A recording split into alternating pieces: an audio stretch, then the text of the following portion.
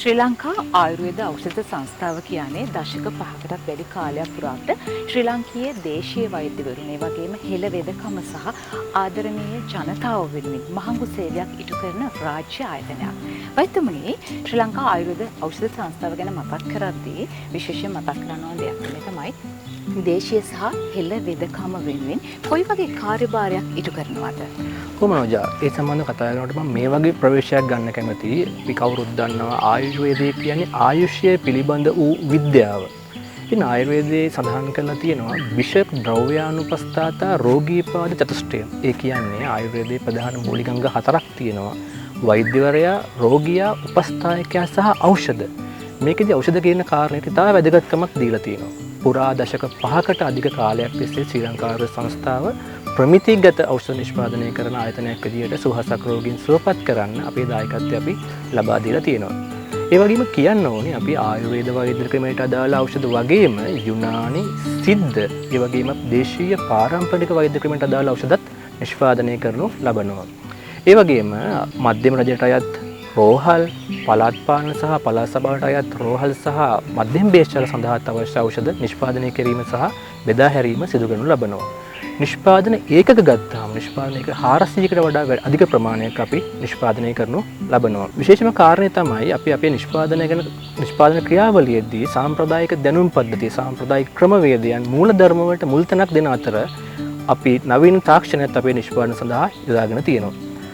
විශේෂයෙන්ම කතා කරනකොට අපි අපේ ආයතනයේ පරිබාහිර කාර්මික තාක්ෂණ ආයතනය ITI එහෙම නැත්නම් විශ්වවිද්‍යාල ආයතන සමග එකතු වෙලා අපේ නිෂ්පාදන ක්‍රියාවලිය යෙදලා ඉන්නවා. මොකද අපිට අවශ්‍යයි අපේ ඖෂධවල ප්‍රමිතිය, ගුණාත්මක භාවය සහ ආරක්ෂාකාරී බව වඩා දියුණු කරගන්න. ඒ වගේම කියන්න ඕනේ අපේ ආයුර්වේදයේ හදවත වගේ තියෙන විශ්වවිද්‍යාලවල ඉගෙන ගන්න අපේ වෛද්‍ය ශිෂ්‍යයන්ට අවශ්‍ය ප්‍රායෝගික පුහුණුව ලබා ගන්න අපි අපේ නිෂ්පාදනාගාර පරිශ්‍රය තුළ අවස්ථාව ලබා දීලා තියෙනවා. පළාත් ආයුර්වේද දෙපාර්තමේන්තුව වේවා, ආයුර්වේද දෙපාර්තමේන්තුව වේවා, එහෙම නැත්නම් ප්‍රදර්ශන වේවා, දේශන, වැඩමුළු, සම්මන්ත්‍රණ, සායන, වැඩිහිටි සායන මේ හැම අවස්ථාවකටම ශ්‍රී ලංකා ආයුර්වේද ඖෂධ සංස්ථාව සක්‍රීයව දායක වෙන්නේ අපිට ජාතික සෞඛ්‍ය පිළිබඳ තියෙන වගකීම නිසාමයි. ඉතින් ආයතනයක් විදිහට අපි වඩා ශක්තිමත්ව අධිෂ්ඨානශීලීව ඉන්නවා, අරමුණු සහගතව අපේ කාර්යයන් සිදු කරමින් රෝගීන් සුවපත් කිරීමේ කාර්ය සඳහා අපගේ සම්පූර්ණ ශක්තිය ලබා දෙන්නේ.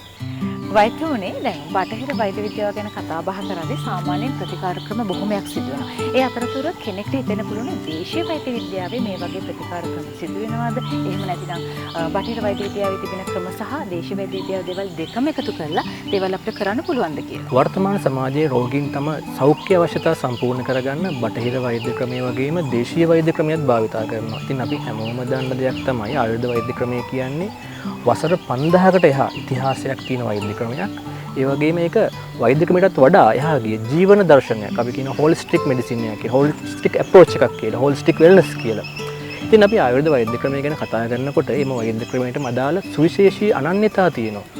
විශේෂයෙන්ම කතා කරාම ආයුර්වේද වෛද්‍ය ක්‍රමයේ ඔයගොල්ලෝ හැමෝම දන්නවා වාත, පිත්ත, කප, ත්‍රිදෝෂ, සප්ත ධාතු, එහෙම නැත්නම් අග්නිය, පංචභූත, ඒ වගේ විශාල මූලධර්ම ප්‍රමාණයක් ගැන කතා කරනවා. ආයුර්වේද වෛද්‍ය ක්‍රමයේදී වෛද්‍යවරයා ප්‍රතිකාර කිරීම, රෝග නිර්ණය, ඒ වගේම ඖෂධ නිකුත් කිරීම කරන්නේ ආයුර්වේදයටම අනන්‍ය වෙච්ච දැනුම් පද්ධතියක් ඔස්සේ.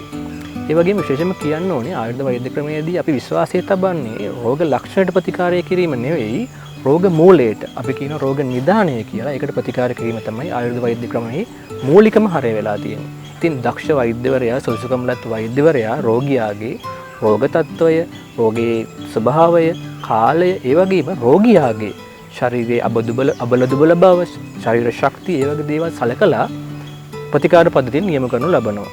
විශේෂයෙන්ම කියන්න ඕනේ අපේ ප්‍රතිකාර විදිහට අරිෂ්ඨ, ආසව වේවා, ගුලි, කල්ක, ඒ වගේ දේවල් යොමු කිරීමේදී අපි ඇත්තටම කෘත්‍රිම රසායනික දේවල් භාවිතා කරන්නේ නැහැ. ඒ වගේම ක්‍රියාකාරී සංඝටක නිස්සාරණය කිරීමකුත් අපි බලාපොරොත්තු වෙන්නේ. අපි ඇත්තටම කරන්නේ ස්වභාවිකව තියෙන දේවල්, ගහවැලේ තියෙන දේවල්, ඒ වගේම සත්ත්ව කොටස්, ඒ වගේම අපි කියමුකෝ කණජ ලවණ අපේ නිෂ්පාදන සඳහා අපි යොදා ගන්නවා. තව විශේෂ කාරණයක් තමයි ආයුර්වේදයේ ප්‍රධාන කොටස් 8ක් ගැන කියලා තියෙනවා. අපි කියන එක අෂ්ටාංග ආයුර්වේදය කියලා. ඒ ගැන කතා කරන්න මම කැමතියි. ඒකේ අෂ්ටාංග ආයුර්වේදයේ ශල්‍ය තන්ත්‍රය කියලා එකක් තියෙනවා. ශල්‍ය තන්ත්‍රය කියන්නේ සර්ජරි පැත්ත. ශාලක තන්ත්‍රය ගැන කතා වෙනවා. ශාලක තන්ත්‍රය කියන්නේ උගුර කන නාසය එහෙම අපි කියන දශරුවෙන් උඩ කොටස් පිළිබඳ තියෙන විද්‍යාව. ඒකට අපි කියනවා ගොඩක් වෙලාට ENT හා සමානයි. ඒ වගේම ටොක්සිකොලොජි අගද තන්ත්‍රය විෂ පිළිබඳව විද්‍යාවත් ආයුර්වේදයේ සඳහන් කරලා තියෙනවා. ඒ වගේම කාය චිකිත්සා, මෙඩිසින් කොටස්, ඒ වගේම ස්ත්‍රී රෝග, කෞමාර බුද්ධ, ඒ කියන්නේ ළමා රෝග පීඩියාට්‍රික් සම්බන්ධවත් ආයුර්වේදයේ හොඳින් දැනුවත් කරලා තියෙනවා. ඒ වගේම අපි හැමෝම කැමති රසායන තන්ත්‍රය. රසායන තන්ත්‍රය කියන්නේ අපේ වයසට යාම පාලනය කරන්නේ කොහොමද? ඒ හා සම්බන්ධ වූ විද්‍යාව, දැනුම් පද්ධතිය රසායන තන්ත්‍රයෙන් සඳහන් කරලා තියෙනවා. ඒ වගේම වාජීකරණ තන්ත්‍රය ලිංගික ශක්තිය වැඩි කරන්නේ කොහොමද? ඒ හා සම්බන්ධ සියලුම දැනුම් පද්ධතිය අපේ ආයුර්වේද වෛද්‍ය ක්‍රමයේ මනාව කියලා දීලා තියෙනවා. ඉතින් මේ වගේ දැනුම් පද්ධතීන් නිසාම තමයි අපිට සුවිශේෂීතාවයක් අපේ වෛද්‍ය ක්‍රමයේ සඳහන් ලැබිලා තියෙන්නේ. ආයුර්වේද වෛද්‍ය ක්‍රමයේ රෝගියාගේ පුද්ගල ප්‍රകൃතිය කියලා එකක් අපි බලනවා. ප්‍රകൃතිය කියන්නේ එයාගේ දේහ ස්වභාවය. වාත, පිත, කප ඒ වගේ සංයුක්ත වෙලා තියෙන්නේ කොහොමද කියලා ඒ පුද්ගල ප්‍රകൃතිය මතත් අපි ප්‍රතිකාර කිරීමේදී ඖෂධ නියම කිරීමේදී සලකලා බලනවා. ඇත්තටම ඒකේ තේරුම තමයි අපි ප්‍රතිකාරයක් සඳහා අපි කියමුකෝ දෙන්නෙක් යනවා කියලා ප්‍රතිකාර කරන්නේ. එතකොට එකම ලෙඩේට වුවත් රෝගියාගේ ප්‍රകൃති තත්ත්වය අනුව විවිධ ප්‍රතිකාර ලැබෙන්න පුළුවන්. ඒකේ කාරණාව තමයි ඔබටම අනන්‍ය වූ යුනික් රෝගියාටම අනන්‍ය වූ ප්‍රතිකාර ක්‍රමයක් ඔබට ලැබෙන්නේ.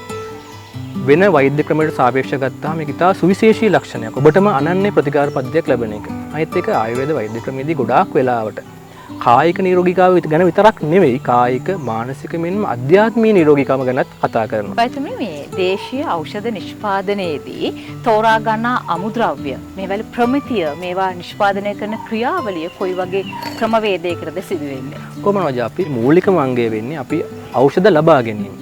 දිවයින පුරා පැතිරුණු සැපයුම් කරන ජාලයක් අපි සතුව ඉන්නවා. එතකොටම කියනවා නම් අපි අපේ සැපයුම් කරුවෝ ගොවීන් වේවා සැපයුම් කරුවා වේවා ඍජු හෝ වක්‍ර රැකිය අවස්ථාව රාශියක් අපි උදා කරලා දීලා තියෙනවා. ඒ වගේම කියන්න අවශ්‍යයි අපේ ශ්‍රී ලංකා ආයුර්වේද සංස්ථාවම පාලනය කරන උද්‍යාන ඔසෝයන් කිහිපයකුත් තියෙනවා.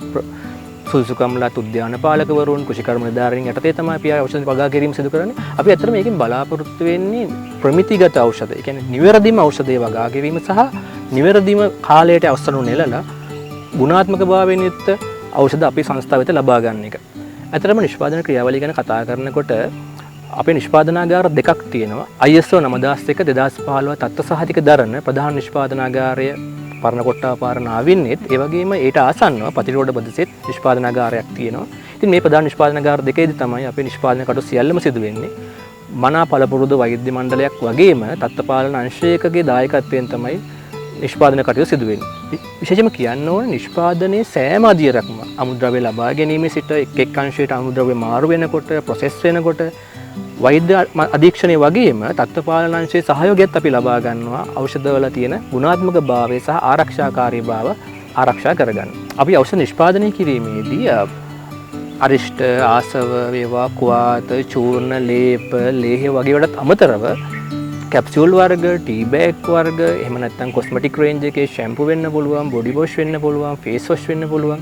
ඒ වගේම ඕගලන්ට භාවිතයට පහසු ආකාරයේ නිෂ්පාදනත් අපි සිදු කරගන්න. උදාහරණයක් විදිහට තෛල වර්ග අපි බාම් වර්ග විදිහට අපි නවීකරණය කරලා තියෙනවා, මොඩිෆයි කරලා තියෙනවා, යූසර් ෆ්‍රෙන්ඩ්ලි විදිහට.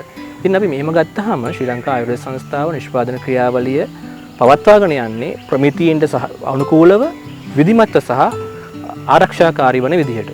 ශ්‍රී ලංකා ආයුර්වේද ඖෂධ සංස්ථාව අපි ආයුර්වේද වෛද්‍ය ක්‍රමයට ඒ වගේම යුනානි සිද්ධ වෛද්‍ය ක්‍රමයට දාලා ඖෂධ නිෂ්පාදනය කරනවා. ඒ වගේම කියන්න ඕනේ අපි අපේ නිෂ්පාදන වලට කිසි විටක කෘතිම රසායන ද්‍රව්‍ය, කල්තබේ ද්‍රව්‍ය වේවා, වර්ණකාරක වේවා, එහෙම නැත්නම් අපි කියමු සිරප් වර්ග වලට අවශ්‍ය ගණීකාරක වේවා, අපි කිසිවක් යොදන්නේ ඒ සහතිකය අපි ඔයගොල්ලන්ට දෙනවා. ඉතින් අපි කියනවා ශ්‍රී ලංකා ආයුර්වේද සංස්ථාවේ නිෂ්පාදන භාවිතා කරන්න, ශ්‍රී ලංකා ආයුර්වේද නිෂ්පාදන සංස්ථාව පිළිබඳ විශ්වාසය කරන්න සහ ශ්‍රී ලංකා ආයුර්වේද සංස්ථාව සමග සුවපත් වෙන්න කියලා. වෛද්‍යතුමනි ආයුර්වේද ප්‍රතිකාර කරනකොට සාමාන්‍යයෙන් සමාජයේ මතයක් තියෙනවා අරිෂ්ඨ වගේ දේවල් පානය කරාම වකුගඩු නරක් වෙනවා. ඒ වගේම තෙල් වර්ග භාවිතා කරාම අපි කියනවා පීනසේ වැඩි වෙනවා.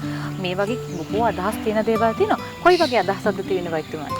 කොහොමද ඒක කාලීන ප්‍රශ්නයක්. ගොඩක් අයට තියෙන ගැටලුවක් තමයි ආයුර්වේද බෙහෙත් ගත්තාම. උදාහරණයක් විදිහට ගත්තාම ආයුර්වේද අරිෂ්ඨ වර්ග ගත්තාම වකුගඩු නරක් වෙනවද, අක්මාවට ගැටලු ඇති වෙනවද කියන එක. ඇත්තටම ඒ ගැන මට කියන්න තියෙන්නේ දක්ෂ වෛද්‍යවරයෙක් වෙත යන රෝගියාගේ රෝග ලක්ෂණ, රෝගයේ ස්වභාවය පරීක්ෂා කරලා බලලා තමයි වෛද්‍යවරයා ඖෂධ නිර්ණය කිරීම සිදු කරන්නේ. විශේෂම කියන්න ඕනේ ඖෂධ නිර්ණය කරනකොට අදාළ මාත්‍රාව. අරිෂ්ටයක් හෝ වේවා, ආසවයක් වේවා, කුවාතයක් වේවා අදාළ මාත්‍රාව වැදගත්. වැඩිහිටි මාත්‍රාවක් තියෙනවා, ළමා මාත්‍රාවක් තියෙනවා. කොච්චර කාලයකටද ඖෂධ ගන්න කියලා වෛද්‍යවරයා නියම කරනවා. ඉතින් ඇත්තටම කිව්වොත් සුසුකම්ලත් වෛද්‍යවරයෙකුට පාරම්පරික හෝ ආයුර්වේද වෛද්‍යවරයෙකුට ඔබ ගියොත් මම හිතන්නේ එහෙම කිසිම ගැටලුවක් වෙයි කියලා. වෛද්‍යවරයා රෝගයාගේ රෝග ලක්ෂණත් බලලා යාට තියෙන අනිකුත් සංකූලතාත් බලලා තමයි ප්‍රතිකාර පද්ධතියෙන් නිර්දේශ කරන්නේ. වෛද්‍යතුමනි දැන් සාමාන්‍ය කියනවා ආයුර්වේද ප්‍රතිකාරවලදී ලෙඩක් සුව වෙන කාලයක් යනවා කියලා. මේකේ සත්‍යතාවයක් තියෙනවා. දීර්ඝ කාලීනව පවතින රෝග. ඒවට යම් කාලයක් ප්‍රතිකාර පද්ධති ගන්න ඕනේ. ආයුර්වේද වේවා, බටහිර වේවා, වෙන වෛද්‍ය ක්‍රමයක් වේවා අපි කාලීනව ප්‍රතිකාර කරන්න ඕනේ. සමහර තත්ත්වයන් තියෙනවා අපිට පාලනය කරන්න වෙන තත්ත්වයන්. ඒක වෙනම කතාවක්. ඒ වගේම විශේෂයෙන්ම මට කියන්න ඕනේ අපේ සාම්ප්‍රදායික දැනුම් පදයේ තිබ්බ සර්ප වෙදකම. ඔබ දන්නවා සර්ප දෂ්ටනයක් කියන්නේ ජීවිතයට යම් හානියක් විය හැකි අවස්ථාවක්. ඒ වගේ ප්‍රතිකාර පද්ධතියක් ආයුර්වේදයේ තියෙනවා.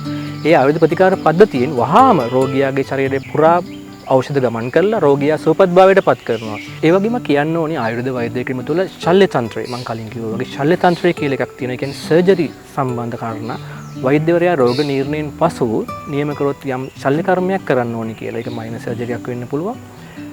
වහාම රෝගියාට එකෙනේම අග්නි කර්ම කියලා තියෙනවා, දැවුම් පිළිසුම් කියලා තියෙනවා. එවැනි ප්‍රතිකාර වලින් රෝගියාට වහාම සුවපත්භාවය ලබා දෙන්න පුළුවන්.